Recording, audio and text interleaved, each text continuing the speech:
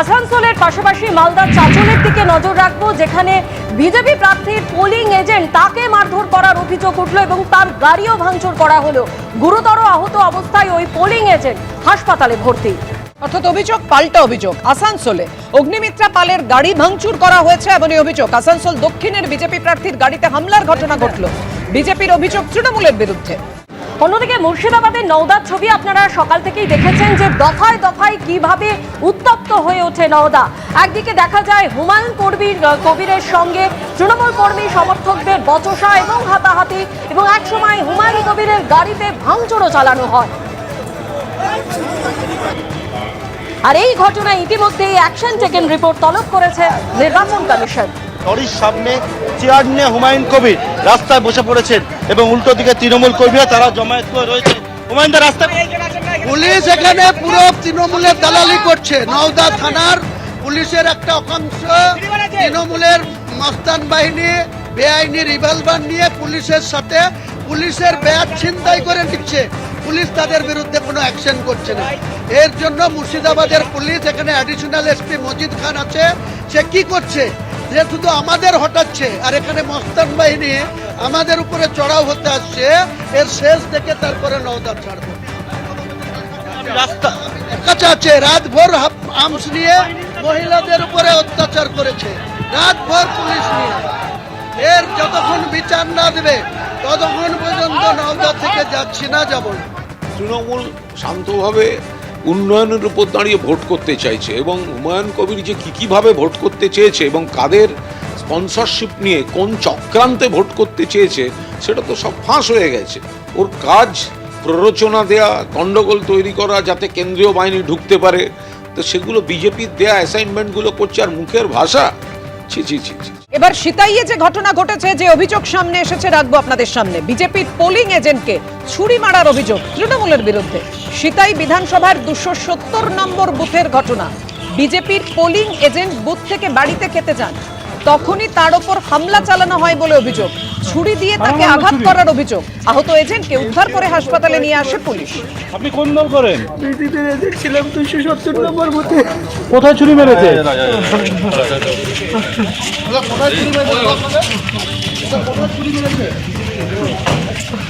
কি নাম আপনার? জাহানুর। আমি খাইতে গেছিলাম বাড়িতে, আমাকে টিএমসির হার মাত্রা। পানিহারি হাই স্কুলের সামনে বিজেপি প্রার্থী কুমারগঞ্জের বিজেপি প্রার্থী শুভেন্দু সরকারকে মারধরের ঘটনায় এবার পুলিশের তৎপরতা দেখা যাচ্ছে। বানিহারি এলাকায় যেখানে মারধর করা হয়েছিল বিজেপি প্রার্থীকে, ঠিক সেইখানে এবার তল্লাশিতে নেমেছে পুলিশ। যারা অভিযুক্ত বিজেপি প্রার্থী শুভেন্দু সরকারকে মারধর করেছে এবং সেই ভিডিও একবারে প্রকাশ্যে এসছে, সেইখান থেকেই জেলার পুলিশ সুপার চিন্ময় মিত্তাল তিনি জানালেন যে যারা অভিযুক্ত তাদেরকে চিহ্নিত করা গিয়েছে এবং পুলিশ তাদের খোঁজে তল্লাশি চালাবে এবং তাদের বিরুদ্ধে আইনানুগ ব্যবস্থা নেওয়া হবে। এবং সেই ছবি দেখা যাচ্ছে এই মুহূর্তে কেন্দ্রীয় বাহিনীকে সঙ্গে নিয়ে পুলিশ গোটা এলাকায় টহল দিচ্ছে এবং অভিযুক্তদের খোঁজেও তল্লাশি চালানো হচ্ছে, এমনটাই পুলিশের তরফ থেকে জানানো হয়েছে। কিন্তু এখন প্রশ্ন, যেখানে বারবার নির্বাচন কমিশন অবাধ, শান্তিপূর্ণ, হিংসামুক্ত ভোটের কথা বলেছে, সেখানে প্রার্থী নিজেই আক্রান্ত হলেন কুমারগঞ্জে। সেখানেই প্রশ্ন উঠছে, তাহলে কোথায় ছিল কেন্দ্রীয় বাহিনী? সকাল থেকে যখন বিজেপি প্রার্থী অভিযোগ করছিলেন তাদের এজেন্টের বসতে দেওয়া হচ্ছে না, বিভিন্ন জায়গায় জটলা হচ্ছে, তারপরেও কেন ব্যবস্থা নেওয়া হবে না? কেন বিজেপি প্রার্থীর উপর হামলা হওয়ার পর তারপর পুলিশ আর কেন্দ্রীয় বাহিনীর তৎপরতা দেখা গেল? এই নিয়ে প্রশ্ন কিন্তু থাকছেই। ক্যামেরা প্রীতম চক্রবর্তীর সঙ্গে ব্রতদীপ ভট্টাচার্য, এবিপি আনন্দ, দক্ষিণ দিনাজপুর। এই পুরো এলাকাটা তৃণমূল কংগ্রেস একটা জঙ্গল রাজ তৈরি করেছে। প্রাণসাগর থেকে শুরু করে চারুল, বাঁশুড়িয়া, অশোকগ্রাম, এই যে বিস্তীর্ণ এলাকা, এই এলাকাতে এর আগে আপনারা দেখেছিলেন যখন দিল্লিতে একটা ঘটনা ঘটেছিল করোনার সময়, তখন তবলিগি জামাতের, তখন এই এলাকার রোল পাওয়া গেছিল। তৃণমূল কংগ্রেস ভাবছে এই সমস্ত উগ্রপন্থী, উগ্র মানসিকতার মানুষের তাতে ভর দিয়ে তারা ভোটে জিতবে। তৃণমূল জিততে তো পারবে না, কুমারগঞ্জ হারবে এবার তৃণমূল। আমাদের প্রার্থী অভিযোগ করছে এবং তার বিরুদ্ধে আইনানুগ ব্যবস্থা নিতে হবে, নাহলে আমরা আগামী দিনে বৃহত্তর আন্দোলনের কথা চিন্তা হবে। কিছুক্ষণ আগেই যে খবর আপনাদেরকে জানিয়েছিলাম, নির্বাচন কমিশন আশঙ্কা প্রকাশ করছে যে বিকেল 4টের পর 3টে জেলায়, বীরভূম, মুর্শিদাবাদ এবং কোচবিহারে অশান্তির আশঙ্কা প্রকাশ করেছে নির্বাচন কমিশন। কেন্দ্রীয় বাহিনীকে সতর্ক হতে বলেছে, বুথ দখল হতে পারে। এর মধ্যেই যে খবর পাওয়া যাচ্ছে, দুবরাজপুরে আক্রান্ত কেন্দ্রীয় বাহিনী।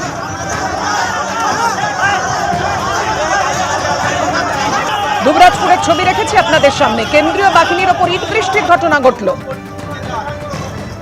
পুলিশের গাড়িও ভাঙচুর করা হয়েছে দুবরাজপুরে।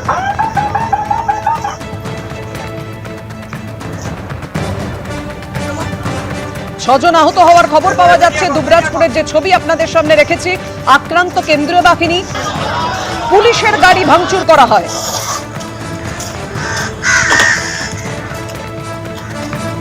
একেবারে গাড়ি ভাঙচুর, অশান্তির ছবি, ইট বৃষ্টির ছবি এই ছবিতেই স্পষ্ট। ভাস্কর মুখোপাধ্যায় আমাদের প্রতিনিধি আমাদের সঙ্গে রয়েছে। ভাস্কর, আরো বিস্তারিত জানাও, ঠিক কি ঘটেছে? দেখো, দুবরাজপুর বিধানসভা কেন্দ্রে ৬৫ নম্বর বুথে এই বুথ প্রাথমিক দলে ভোট চলছিল এবং যেটা অভিযোগ ভোট শান্তি হয়। তারা একটা নির্দিষ্ট দলকে যখন ভোট দিচ্ছিলেন, কিন্তু সেই দলে ভোট পড়ছে না, অন্য দলে গিয়ে সেই ভোট পড়ছে। এই নিয়ে একটা অশান্তি চলছিল এবং অশান্তিতে প্রায় ঘন্টাখানেক ধরে চলছিল। এবং এরপরই কেন্দ্রীয় বাহিনীর জওয়ান যারা ছিলেন তার থেকে অতিরিক্ত কেন্দ্রীয় বাহিনী জওয়ানদের সঙ্গে তর্কাতর্কি শুরু হয়। না, আমাদের প্রতিনিধির সঙ্গে আমাদের যোগাযোগ বিচ্ছিন্ন হয়েছে। আপনারা দেখতে পাচ্ছেন সেই মুহূর্তের ছবি আপনাদের সামনে রেখেছি। দুবরাজপুরে আক্রান্ত কেন্দ্রীয় বাহিনী, কেন্দ্রীয় বাহিনীর ওপর ইট বৃষ্টি হয়, পুলিশের গাড়ি পর্যন্ত ভাঙচুর করা হয়। এবিপি আনন্দ, এগিয়ে থাকে, এগিয়ে রাখে।